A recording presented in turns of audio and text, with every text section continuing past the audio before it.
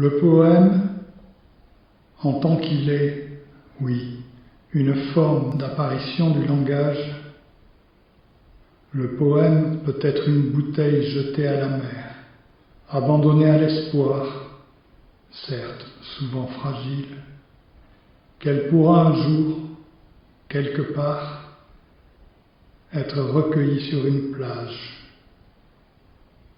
sur la plage du cœur peut-être. Les poèmes, en ce sens également, sont en chemin. Ils font route vers quelque chose. Vers quoi ?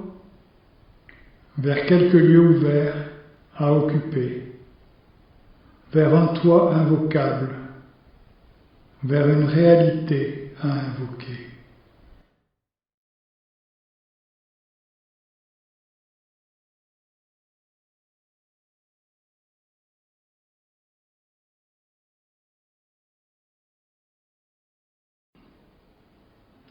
Au soir, le père devint vieillard. Dans d'obscures chambres se pétrifia le visage de la mère, et sur le garçon pesa la malédiction de la race dégénérée. Parfois, il se rappelait son enfance, emplie de maladies, de terreurs et de ténèbres, les jeux tenus secrets dans le jardin étoilé, avoir nourri les rats dans la cour crépusculaire. D'un miroir bleu sortit la forme mince de la sœur, et il s'affaissa comme mort dans l'obscur. La nuit, sa bouche éclata, tel un fruit rouge, et les étoiles illuminèrent sa détresse sans voix. Ses rêves remplissaient la vieille maison des pères. Au soir, il aimait traverser le cimetière en ruine ou contempler les cadavres dans la chambre crépusculaire des morts, les taches vertes de la pourriture sur leurs belles mains. À la porte du cloître, il mendia un morceau de pain. L'ombre d'un cheval noir jaillit de l'obscurité et le terrorisa. Quand il était étendu sur son lit glacé, montaient en lui des larmes indicibles. Mais il n'y avait personne pour poser une main sur son front. Quand venait l'automne, il s'en allait, voyant dans la prairie brune. Oh, les heures d'extase sauvage, les soirs au bord du fleuve vert, les chasses. Oh, l'âme qui doucement chantait la mélodie des joncs jaunis, piété de feu. Silencieux, il regardait longuement les yeux étoilés du crapaud, touchait de ses mains frissonnantes la fraîcheur de la vieille pierre et donnait parole à la légende glorieuse de la source bleue. Oh, les poissons argentés et les fruits qui tombaient des arbres rabougris. Les accords de ses pas l'emplissaient d'orgueil et de mépris pour l'homme. Sur le chemin du retour, il rencontra un château inhabité. Des dieux en ruine se dressaient dans le jardin, disant leur détresse dans le soir. Mais il lui semblait, ici, j'ai vécu des années oubliées. Un choral d'orgue l'emplissait des frissons de Dieu. Mais c'est dans une caverne obscure qu'il passait ses journées, montait, volait et se cachait, loup de flamme du visage blanc de la mer. Ô l'heure où il sombra, bouche de pierre, dans le jardin étoilé, l'ombre de l'assassin au-dessus de lui. Le front pourpre, il pénétra dans le marais, et la colère de Dieu châtilla ses épaules de métal. Oh, les bouleaux dans la tempête, les bêtes obscures qui évitaient ces chemins enténébrés de démence. La haine brûlait dans son cœur, volupté, quand dans le jardin verdoyant de l'été, il viola l'enfant sans voix, reconnaissant dans ce visage rayonnant le sien enténébré de démence. Malheur le soir à la fenêtre, quand des fleurs pourpres surgit, squelette grisâtre, la mort. Ô vous les tours et les cloches, et les ombres de la nuit s'abattirent sur lui, pétrifiés.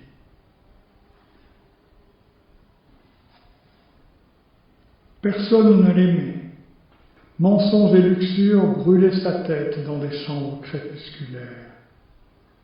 Le bruissement bleu d'une robe de femme le figea en colonne, et dans la porte se tenait la forme nocturne de sa mère. À son chevet se dressa l'ombre du mal. Ô vous nuits et étoiles! Au soir, il longea la montagne avec l'infirme. Sur la cime glacée s'étendait l'éclat rose du coucher de soleil, et son cœur se mit à sonner doucement dans le crépuscule. De tout leur poids, les sapins déchaînés s'abaissèrent sur eux, et le chasseur rouge sortit de la forêt. Comme la nuit venait, son cœur se cassa en cristal, et la ténèbre le frappa au front. Sous des chaînes nues, il étrangla de ses mains de glace un chat sauvage. Plaintive apparut à sa droite la forme blanche d'un ange, et dans l'obscur se mit à grandir l'ombre de l'infirme. Mais lui ramassa une pierre et la jeta sur celui-là qui s'enfuit en hurlant, et avec des soupirs, le doux visage de l'ange disparut dans l'ombre de l'arbre. Longtemps, il demeura allongé sur le champ de pierre et vit avec étonnement la tente d'or des étoiles. Chassé par des chauves-souris, il s'élança dans l'obscur. Hors d'haleine, il entra dans la maison en ruine. Dans la cour, il but, bête sauvage, aux eaux bleues de la fontaine, jusqu'à ce que le froid le saisisse. Frissonnant de fièvre, il demeura assis sur les marches glacées, dans sa rage contre Dieu, avec le désir de mourir. Oh, le visage gris de la terreur, quand il leva des yeux égarés sur la gorge tranchée d'une colombe. Se glissant sans bruit dans des escaliers étrangers, il rencontra une jeune juive, l'attrapa par ses cheveux noirs et lui prit la bouche. Quelque chose d'hostile le suivait dans la ténèbre des rues, et un grincement de fer déchirait son oreille. Le long des murs d'automne, enfant de cœur, il suivait en silence le prêtre muet. Sous des arbres desséchés, il respira, ivre, l'écarlate de ce vêtement vénérable. Ô le disque en ruine du soleil, de doux martyrs consumaient sa chair. Dans un passage à l'abandon lui apparut, figé d'ordure, sa forme sanglante. Plus profondément, il aimait les œuvres sublimes de la pierre. La tour qui la nuit s'élançait à l'assaut du ciel bleu étoilé. La tombe fraîche qui garde le cœur de feu de l'homme. Malheur, cette faute indicible que ce cœur révèle. Mais quand, plongé dans des pensées brûlantes, il descendait le fleuve automnal sous des arbres nus, lui apparut dans un manteau de crin, démon de flamme, la sœur. Au réveil, à leur chevet, s'éteignirent les étoiles.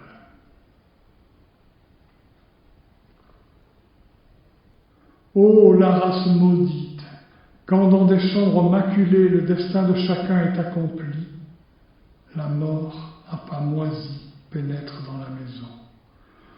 Oh, si dehors c'était le printemps, et si dans l'arbre en fleurs chantait un oiseau adorable. Mais grisâtre se dessèche la maigre verdure aux fenêtres des nocturnes, et les cœurs en sang de méditer encore le mal. Ô les chemins crépusculaires et printaniers de celui qui médite!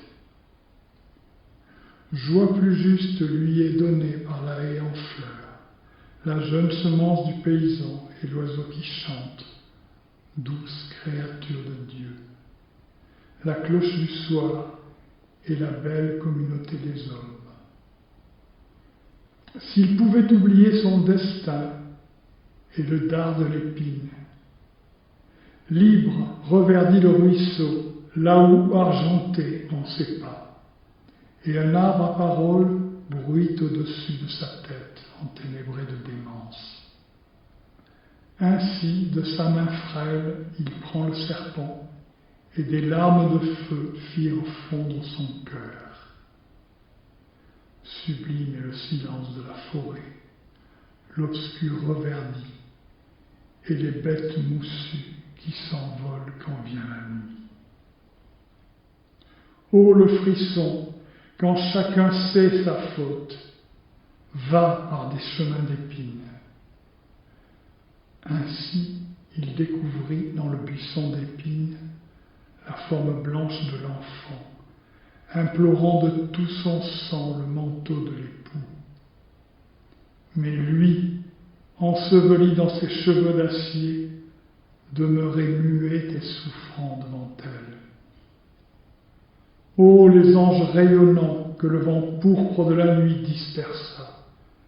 Toute la nuit, il habita une caverne de cristal, et la lèpre argentée ne cessa de croître sur son front. Ombre, il descendit le chemin à l'orée sous les étoiles de l'automne. Tomba la neige, et la ténèbre bleue emplit la maison. Comme venue d'un aveugle, résonna la voix dure du Père et conjura l'effroi. Malheur, l'apparition prostrée des femmes. Sous les mains figées de la race épouvantée, fruits et ustensiles tombent en ruine. Un loup déchiqueta le premier-né, et les sœurs s'enfuirent dans l'obscur des jardins vers des vieillards osseux. Lui, voyant, enténébré de démence, chanta près des murs en ruine, et sa voix fut engloutie par le vent de Dieu. Ô la volupté de la mort, ô vous enfants d'une race obscure! Argentées scintillent sur ses tempes les fleurs de mâle du sang, dans ses yeux brisés la lune froide. Ô les nocturnes, ô les maudits! Profond l'assoupissement dans d'obscurs poisons, empli d'étoiles et du blanc visage de pierre de la mer. Amère la mort, nourriture des coupables. Dans les branches brunes du tronc se décomposaient, grimaçantes, les faces terrestres. Mais lui chanta doucement dans l'ombre verte du sureau quand il se réveilla des rêves mauvais. Doux compagnon de jeu, un ange rose s'approcha de lui pour que, tendre gibier, il puisse se perdre dans l'assoupissement nocturne. Et il vit le visage étoilé de la pureté. Dorés s'inclinaient les tournesols au-dessus de la clôture du jardin quand vint l'été. Ô laveur des abeilles et feuillage vert du noyer, orage qui passe. Argenté, le pavot fleurissait lui aussi, portait dans sa capsule verte les rêves étoilés de nos nuits. Oh, comme la maison était silencieuse quand le Père s'en alla dans l'obscur. Pourpre mûrissait le fruit sur l'arbre, et le jardinier s'affairait de ses mains dures. Ô signe de crin dans le soleil résonnant, mais silencieuse au soir, l'ombre du mort entra dans le cercle des siens en deuil, et son pas de résonner cristallin à travers la prairie verdoyante devant la forêt. Muets, ceux-là se réunirent autour de la table. Mourants, ils rompirent de leurs mains de cire le pain qui saignait. Malheur, les yeux de pierre de la sœur, quand pendant le repas, sa folie apparut sur le front nocturne du frère, quand sous les mains de douleur de la mère, le pain devint pierre. Ô les pourris, quand de leur langue d'argent, ils taisaient l'enfer. Alors les lampes s'éteignirent dans la pièce fraîche, et à travers des masques pourpres se regardèrent muets les hommes qui souffrent. Toute la nuit, il y eut un bruissement de pluie qui rafraîchit les champs. En de sauvages fourrés d'épines, lui, l'obscur, suivit les chemins jaunis à travers les blés, le chant de l'alouette et le doux silence des branchages verts pour qu'il trouve la paix.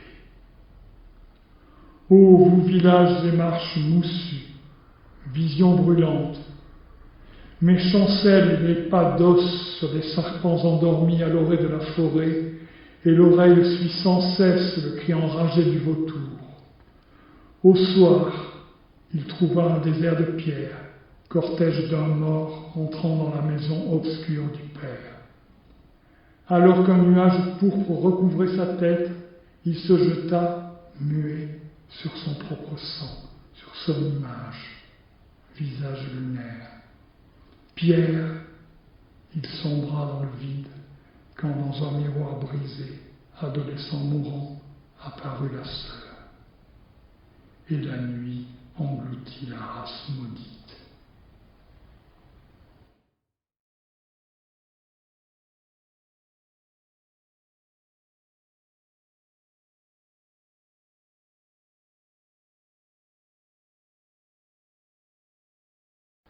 Sommeil est mort, sinistres aigles, toute la nuit, bruissent autour de cette tête.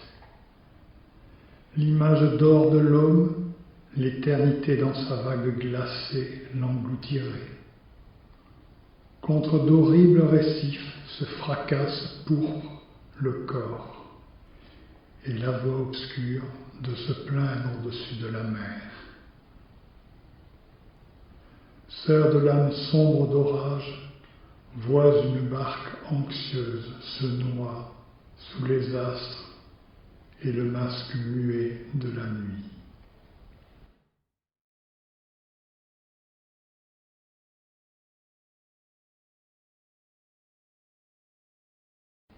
Les forêts d'automne résonnent au soir d'âmes de mort, les plaines d'or et lacs bleus. Au-dessus, plus sinistre, le soleil roule. La nuit étreint des guerriers qui meurent, la plainte crue de leur bouche cassée.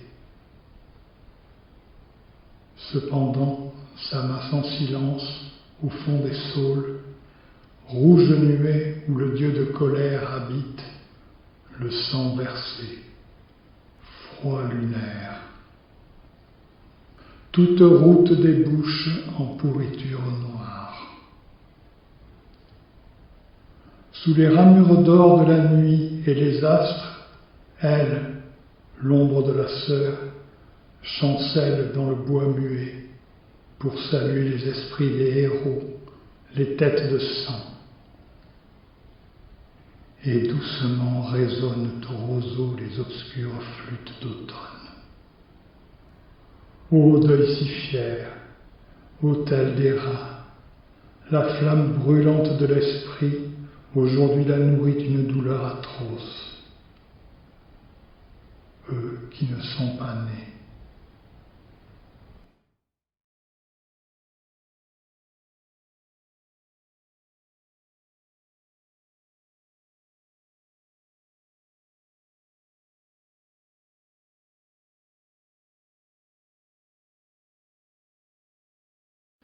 Sprich auch du, sprich als Letzter. Sag deinen Spruch. Sprich, doch scheide das Nein nicht vom Ja. Gib deinem Spruch auch den Sinn. Gib ihm den Schatten. Gib ihm Schatten genug. Gib ihm so viel, als du um dich verteilt weißt zwischen Mitternacht und Mittag und Mitternacht. Blicke umher, sieh, wie es lebendig wird rings. Beim Tode, lebendig. Wahr spricht, wer Schatten spricht. Nun aber schruft der Ort, wo du stehst. Wohin jetzt, Schattenentblößte, wohin? Steige, taste empor, dünner wirst du, unkenntlicher, feiner, feiner, ein Faden, an dem herab will der Stern, unten zu schwimmen, unten, wo sich schwimmen sieht, in der Dünung wandernder Worte.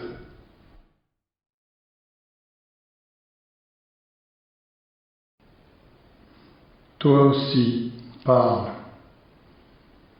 Parle comme le dernier. Dis ta parole. Parle, mais ne sépare pas le oui du non. Donne aussi le sens à ta parole. Donne-lui l'ombre. Donne-lui autant d'ombre que tu en sais autour de toi, partagé entre minuit et midi et minuit. Regarde alentour, vois comment ce qui t'entoure devient vivant, au nom de la mort, vivant, qui par l'ombre, par le vrai. Mais voici que s'étiole l'endroit où tu es. Où aller maintenant, dénué d'ombre? Où aller? Monte, à tâtons, monte. Te voilà plus ténu, plus méconnaissable, plus fin, un fil où l'étoile veut glisser, descendre, pour nager en bas, tout en bas, là où elle se voit scintiller, dans la houle des mots errants.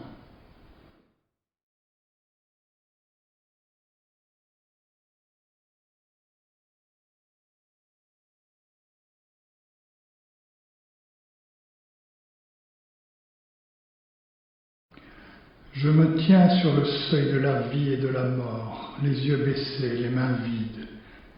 Et la mer dont j'entends le bruit est une mer qui ne rend jamais ses noyés. Et l'on va disperser mon âme après moi, vendre à l'encan mes rêves broyés. Voilà déjà que mes paroles sèchent comme une feuille à ma lèvre humide. J'écrirai ces vers à bras grands ouverts, qu'on sente mon cœur 4 fois y battre. Quitte à en mourir, je dépasserai ma gorge et ma voix, mon souffle et mon chant. Je suis le faucheur ivre de faucher, qu'on voit dévaster sa vie et son champ. Et tout haletant du temps qu'il y perd, qui bat et rebat sa fou comme plâtre. J'ai choisi de donner à mes vers cette envergure de crucifixion, et quand tombe au hasard la chance, n'importe où sur moi le couteau des césures. Il me faut bien à la fin des fins atteindre une mesure à ma démesure pour, à la taille de la réalité, faire un manteau de mes fictions. La vie aura passé comme un grand château triste que tous les vents traversent. Les courants d'air claquent les portes et pourtant aucune chambre n'est fermée. Il s'y assied des inconnus pauvres et là, qui sait pourquoi, certains armés. Les herbes ont poussé dans les fossés, si bien qu'on n'en peut plus baisser la herse. Dans cette demeure en tout cas, anciens ou nouveaux, nous ne sommes pas chez nous. Personne à coup sûr ne sait ce qui le mène ici. Tout peut-être n'est qu'un songe. Certains ont froid, d'autres ont faim. La plupart des gens ont un secret qui les ronge. De temps en temps passent des rois sans visage. On se met devant eux à genoux. Quand j'étais jeune, on me racontait que bientôt viendrait la victoire des anges. Ah, comme j'y ai cru, comme j'y ai cru! Puis voilà que je suis devenu vieux. Le temps des jeunes gens leur est une mèche toujours retombant dans les yeux. Et ce qu'il en reste aux vieillards est trop lourd et trop court que pour eux le vent change. Ils s'interrogent sur l'essentiel, sur ce qui vaut encore qu'on s'y voue. Ils voient le peu qu'ils ont fait parcourant ce chantier monstrueux qu'ils abandonnent, l'ombre préférée à la proie. Ô pauvres gens, l'avenir qui n'est à personne. Petits qui jouaient dans la rue, enfants, quelle pitié sans bornes j'ai de vous. Je vois tout ce que vous avez devant vous de malheur, de sang, de lassitude. Vous n'aurez rien appris de nos illusions, rien de nos faux pas compris. Nous ne vous aurons à rien servi, vous devrez à votre tour payer le prix. Je vois se plier votre épaule. À votre front, je vois le pli des habitudes. Bien sûr, vous me direz que c'est toujours comme cela. Mais justement, songez à tous ceux qui mirent leurs doigts vivants, leurs mains de chair dans l'engrenage, pour que cela change, et songez à ceux qui ne discutaient même pas leur cage. Est-ce qu'on peut avoir le droit au désespoir, le droit de s'arrêter un moment? Et vienne un jour, quand vous aurez sur vous le soleil insensé de la victoire, rappelez-vous que nous avons aussi connu cela, que d'autres sont montés, arraché le drapeau de servitude à l'acropole, et qu'on les a jetés, eux et leur gloire, encore haletant dans la fosse commune de l'histoire. Songez qu'on n'arrête jamais de se battre, et qu'avoir vaincu n'est 3 fois rien, et que tout est remis en cause, du moment que l'homme de l'homme est comptable. Nous avons vu faire de grandes choses, mais il y a eu d'épouvantables, car il n'est pas toujours facile de savoir où est le mal, où est le bien. Vous passerez par où nous passâmes naguère, en vous je lis un livre ouvert, j'entends ce cœur qui bat en vous, comme un cœur me semble-t-il en moi battait. Vous l'userez, je sais comment, et comment cette chose en vous s'éteint, se tait, comment l'automne se défarde, et le silence autour d'une rose d'hiver. Je ne dis pas cela pour démoraliser, il faut regarder le néant en face pour savoir en triompher. Le champ n'est pas moins beau quand il décline, il faut savoir ailleurs l'entendre, qui renaît comme l'écho dans les collines. Nous ne sommes pas seuls au monde à chanter, et le drame est l'ensemble des chants. Le drame, il faut savoir y tenir sa partie, et même qu'une voix se taise, sachez-le, toujours le cœur profond reprend la phrase interrompue, du moment que jusqu'au bout de lui-même, le chanteur a fait ce qu'il a pu. Qu'importe si chemin faisant, vous allez m'abandonner comme une hypothèse. Je vous laisse à mon tour, comme le danseur qui se lève une dernière fois. Ne lui reprochez pas dans ses yeux s'il trahit déjà ce qu'il porte en lui d'ombre. Je ne peux plus vous faire d'autres cadeaux que ceux de cette lumière sombre. Homme de demain, soufflez sur les charbons, à vous de dire ce que je vois.